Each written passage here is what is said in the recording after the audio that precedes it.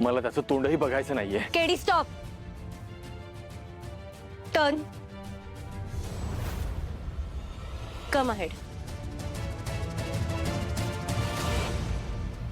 Relax. खरं कारण काय माहितीये तुला केदार? तुला त्यांना दुखवायचं नाहीये. असं काही नाहीये. असंच आहे. मला त्यांचा काहीच फरक पडत नाही. तुला फरक पडतो, कारण तो माणूस अजूनही तुझ्या मनात आहे. एक मित्र म्हणून, तुझ्या आयुष्यात आलेली पहिली हक्काची व्यक्ती म्हणून. त्यांनी तुझ्यावर दाखवलेलं प्रेम, तुझ्यासाठी दाखवलेली काळजी, तुम्ही घालवलेला एकत्र वेळ, हे सगळं तुझ्या मनात अजूनही कुठेतरी आहे.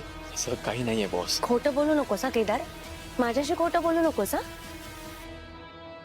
तुलाही माहितीये तो माणूस इतका वाईट नाहीये. मला मान्य आहे ना, त्यांनी खूप मोठी चूक केली आहे, खूप मोठी, ज्याच्याने तुला खूप त्रास झालाय.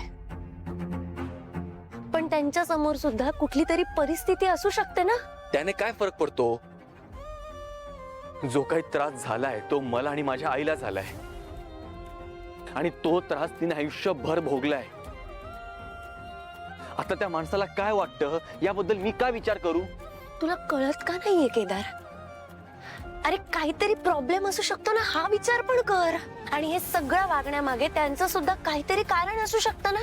आणि काय रे, तुला त्यांना प्रश्न विचारायचा आहे ना? ते तुझ्या आईशी असं का वागले, त्यांनी तुझ्या आईला त्रास का दिला, ते तुझ्या आईला भेटायला का नाही आले, ते तुझ्याशी असे का वागले, प्रश्न विचारायचा आहे ना तुला. जाब विचारायचा ना त्यांना. मग विचारायचं होतं आता. तुझ्या समोर होते ना ते. का नाही गेलास रे त्यांच्या समोर? का नाही विचारलास त्यांना जाब? केडी, हे सगळं मी तुला एक मैत्रीण म्हणून बोलत नाहीये हा, एक बॉस म्हणून बोलतीये. ही जी काही परिस्थिती आहे त्याच्यामुळे तुला खूप दुःख झालंय, मला सगळं मान्य आहे. त्रास व्हायलाही पाहिजे, वाईट वाटणं साहजिक आहे.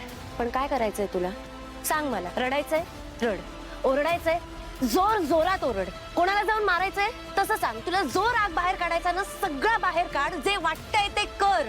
पण असा आतमध्ये कुडत राहू नकोस केदार. तू खचत चाललायस आणि ते दिसतंय मला. कुठल्याही गोष्टीचा योग्य विचार करण्याची क्षमता संपत चालली आहे तुझी. असं काही नाहीये. असं काही नाहीये. हे काय आहे? ह्याचं उत्तर मी तुला दिलंय. मला वाटतंय की मी आता डिपार्टमेंटसाठी फिट नाहीये. हे तू ठरवण्याची गरज नाहीये केडी. हे ठरवण्यासाठी साधू सर आहेत, मी आहे.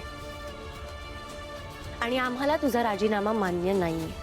पण बॉस, तू डिपार्टमेंट सोडून कुठेही जाणार नाहीयेस, कळलं?